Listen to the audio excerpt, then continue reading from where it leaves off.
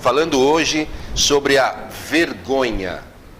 Vergonha é um sentimento, e é assim mesmo que ele é definido no dicionário, como sentimento que atrapalha a pessoa, paralisa a pessoa, impede a pessoa de avançar rumo a propósitos, objetivos ou situações. A definição de vergonha é a seguinte: é uma condição psicológica de controle religioso, político, judicial, social, consistindo de ideias, estados emocionais, fisiológicos, e que leva a pessoa, a se sentir com consciência de desonra, de desgraça ou de condenação. Quem já não passou por uma situação parecida com essa aqui? Aí, eu quero falar com você de 3 tipos de vergonha. Tá? Aquela vergonha que você pode sentir de algo que você não cometeu. Ou seja, vou dar um exemplo aqui, vamos dar o nome aos bois. Um filho apronta alguma coisa. Você não cometeu o erro. O filho fez o erro, a filha, e aí a pessoa é tomada de um sentimento de vergonha por um ato que ela não cometeu. A gente pode também usar o exemplo de um parente.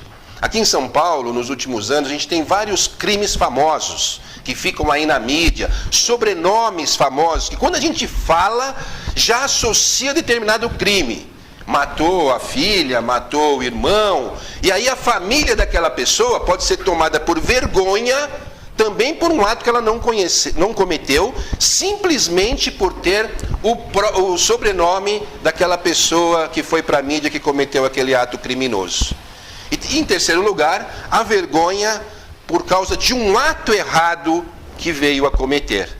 Isso também, às vezes, se instala dentro da pessoa. E a vergonha faz o quê? Ela paralisa. Já aconteceu com você de você perguntar para determinada pessoa: por que você não foi lá? Estava com vergonha.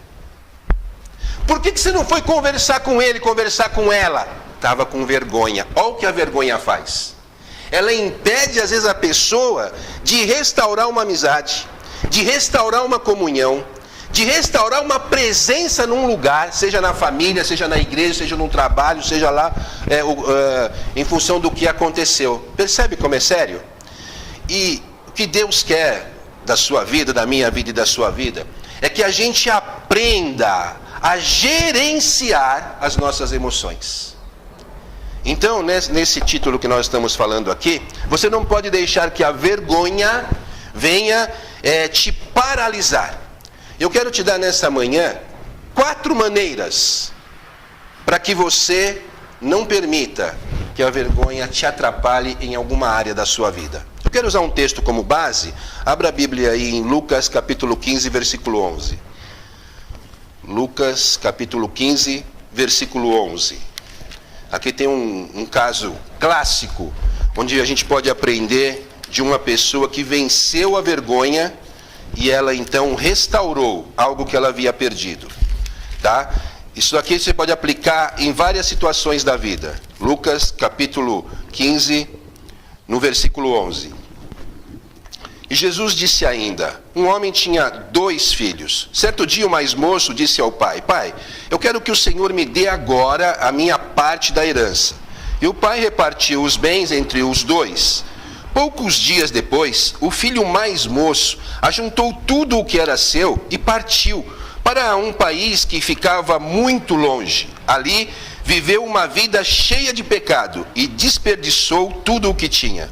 O rapaz já havia gastado tudo quando houve uma grande fome naquele país. E ele começou a passar necessidade. Então, procurou um dos moradores daquela terra e pediu ajuda. Este o mandou para a sua fazenda a fim de tratar porcos. Ali, com fome, ele tinha vontade de comer o que os porcos comiam, mas ninguém lhe dava nada. Caindo em si, ele pensou: quantos trabalhadores do meu pai têm comida de sobra e eu estou aqui, morrendo de fome?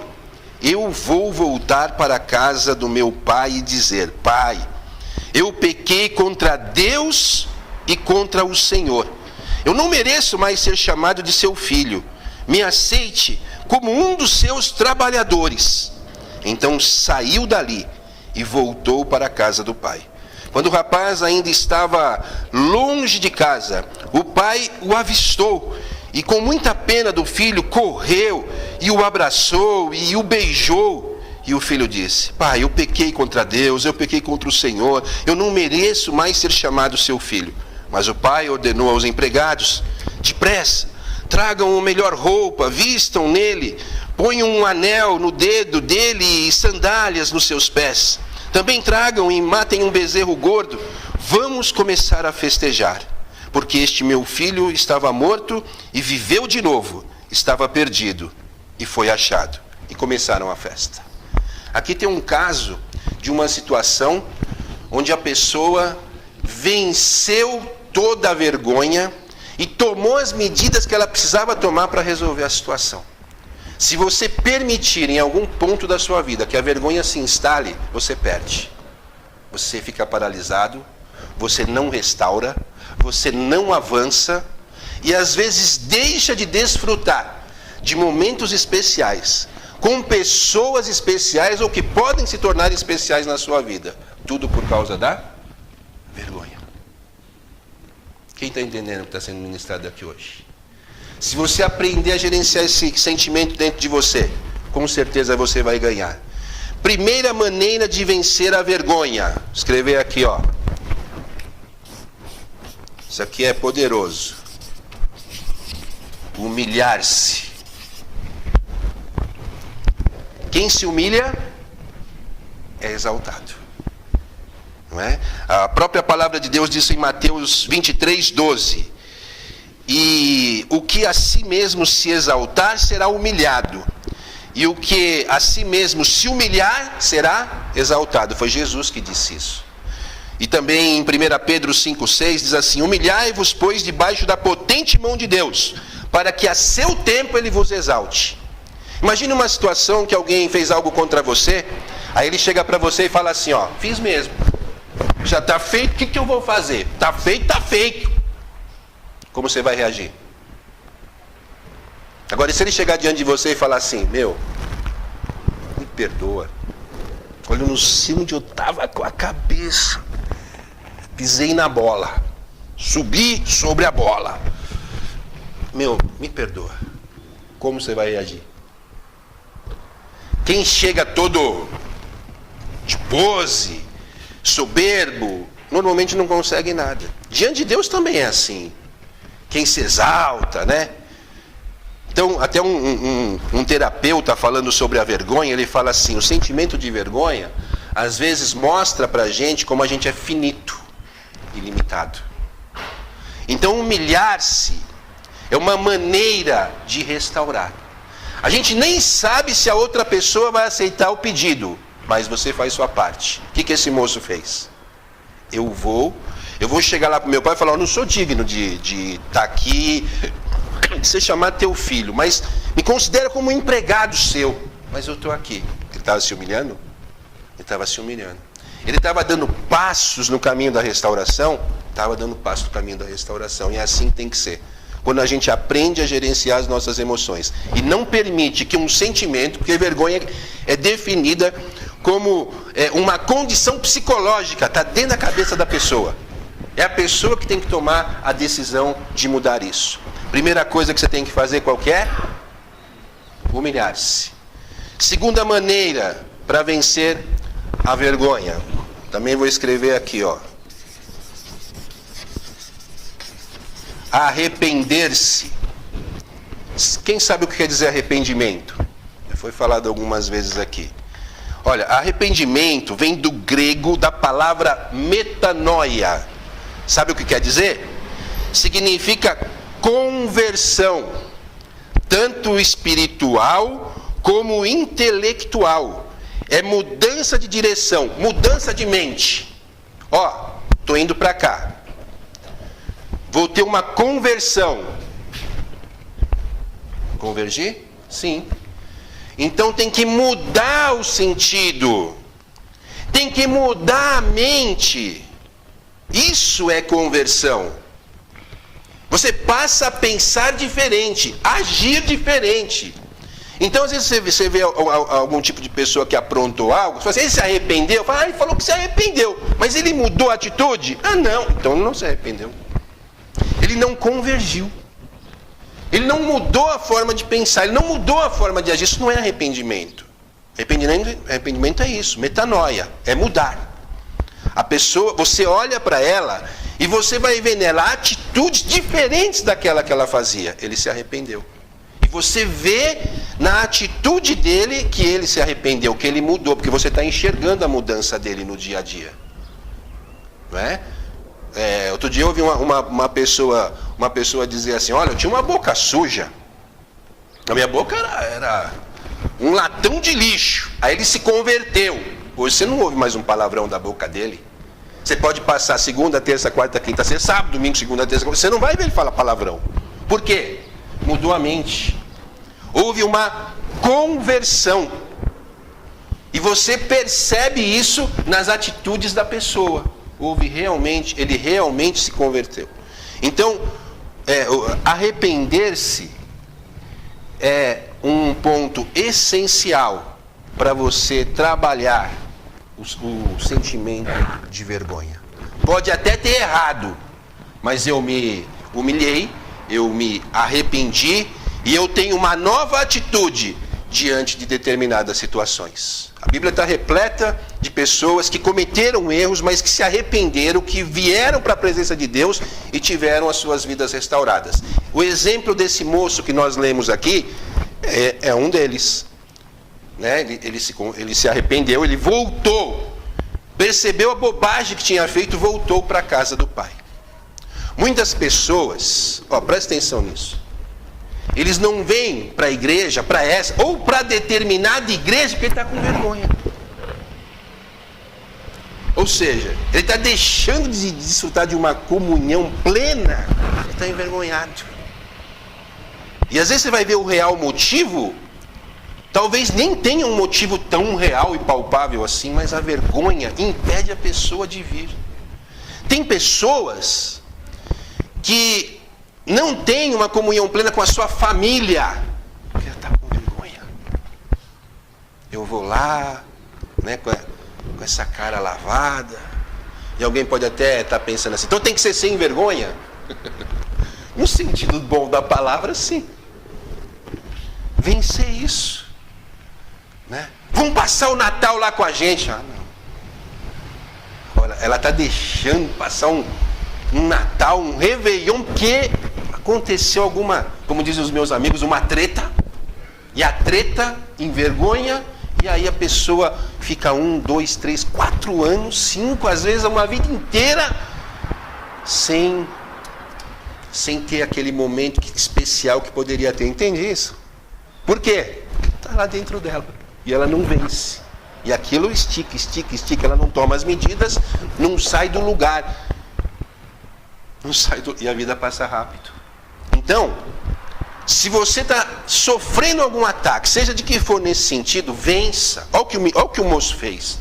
Não, vou mudar isso. E aí tem a terceira coisa, o terceiro ponto, a terceira maneira para você vencer a vergonha. Qual que é?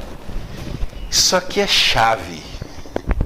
Isso aqui é algo, o perdão, que não pode faltar na vida de uma pessoa. E o que Deus quer não é que você simplesmente perdoe. O que Deus quer é que você cultive um espírito de perdão. Lembra de Pedro quando ele chegou para Jesus e falou assim: Jesus, quantas vezes eu tenho que perdoar o meu irmão se ele pecar contra mim? 7 vezes, porque eles tinham mania de 7, né? O que Jesus respondeu para ele? Eu não te digo 7, eu te digo 70 vezes 7. Pedro não tinha ido na escola, né? A Bíblia diz que ele era inculto e iletrado. É 70 vezes 7. Então, João, me ajuda aí. 490 vezes no dia. Imagina uma pessoa pecar contra você 490 vezes num dia. O que Jesus estava falando para ele? Não é a quantidade de vezes que você perdoa. É que o perdão tem que estar dentro de você. o tempo todo. É diferente ou não é? E deixa eu falar de 3 tipos de perdão aqui, grave aí. Primeiro, em relação a Deus. Segundo, em relação à pessoa ofendida. Terceiro, em relação a si mesmo. Olha o que o moço disse. Ele falou assim, ó: eu pequei contra quem? Contra os céus e contra ti. Ó, lá e aqui.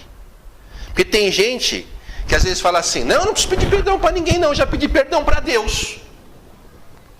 Ótimo, você fez a primeira parte. Tem que pedir perdão para Deus, sim. Certo?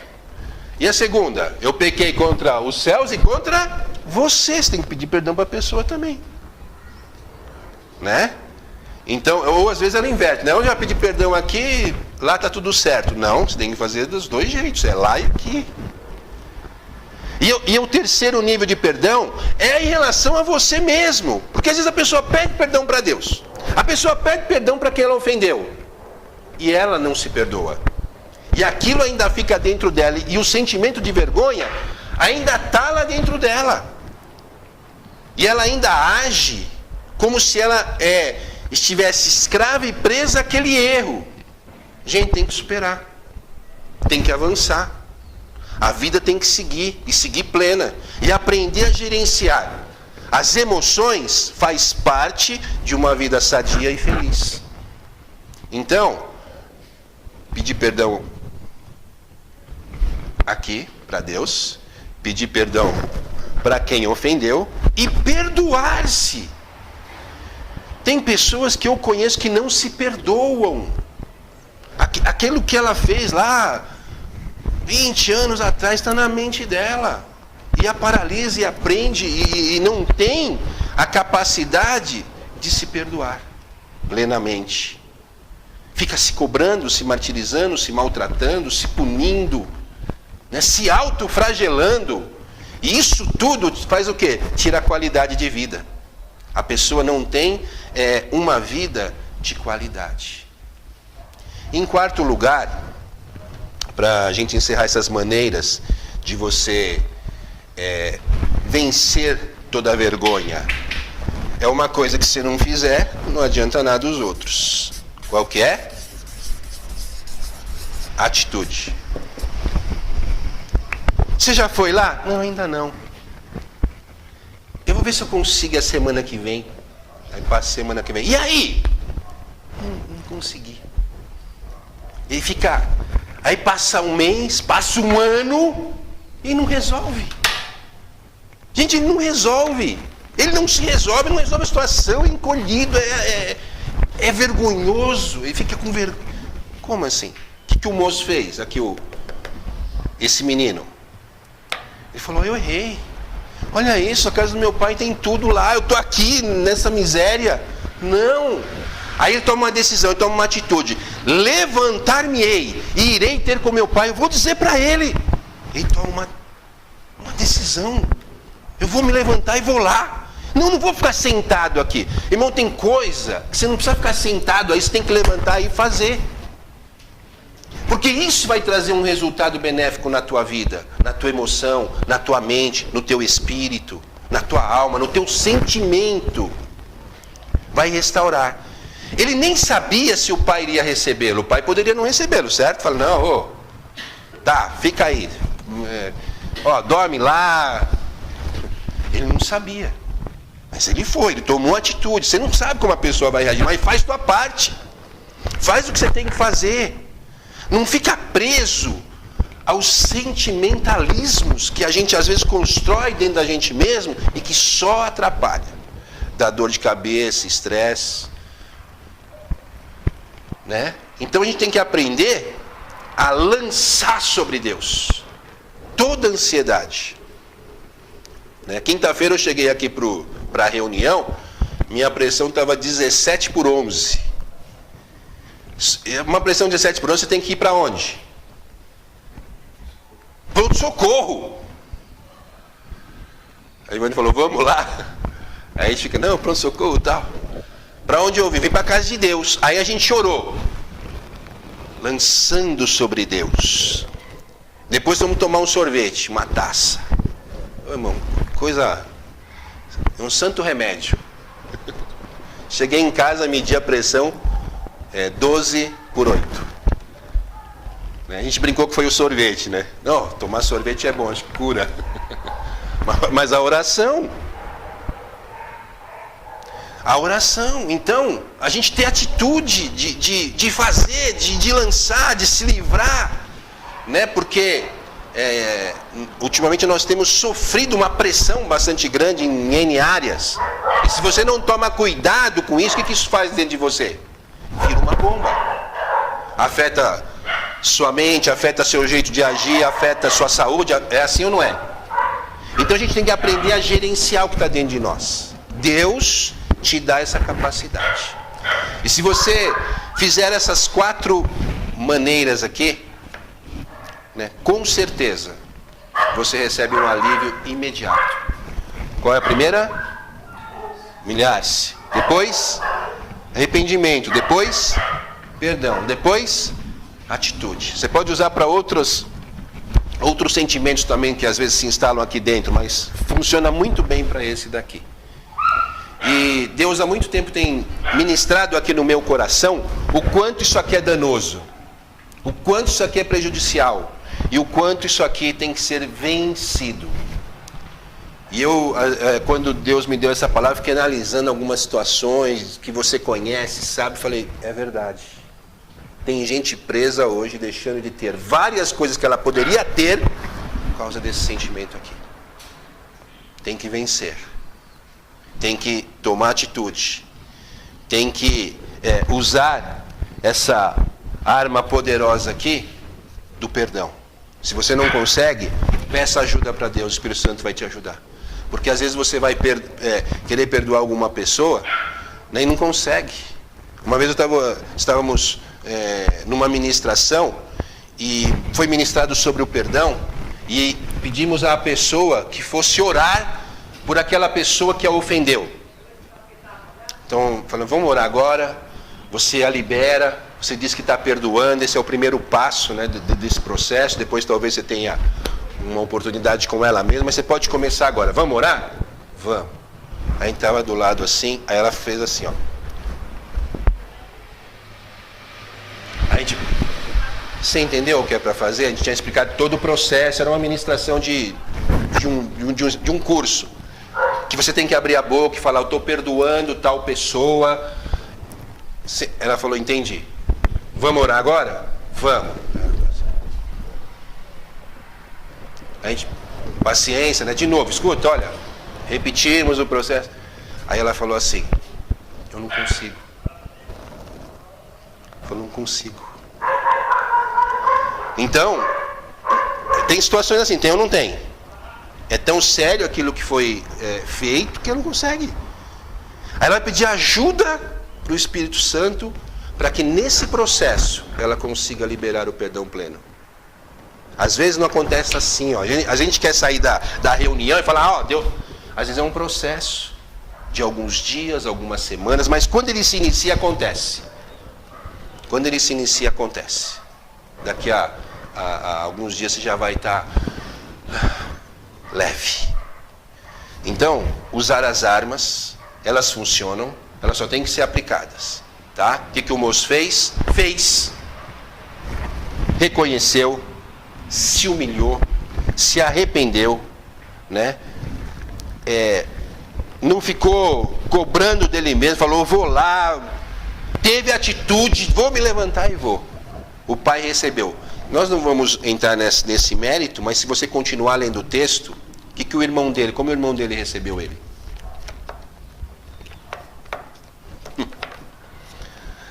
Quando o irmão chegou assim, falou, o que está acontecendo aí? Ah, seu pai está fazendo uma festa. Festa? É que seu irmão voltou. Como assim? O cara sai de casa, gasta tudo, né? Estava vivendo uma vida miserável, aí ele volta e tem uma festa. Que é isso? Foi assim que o irmão dele reagiu? Foi. O irmão dele se indignou porque estava fazendo aquela festa.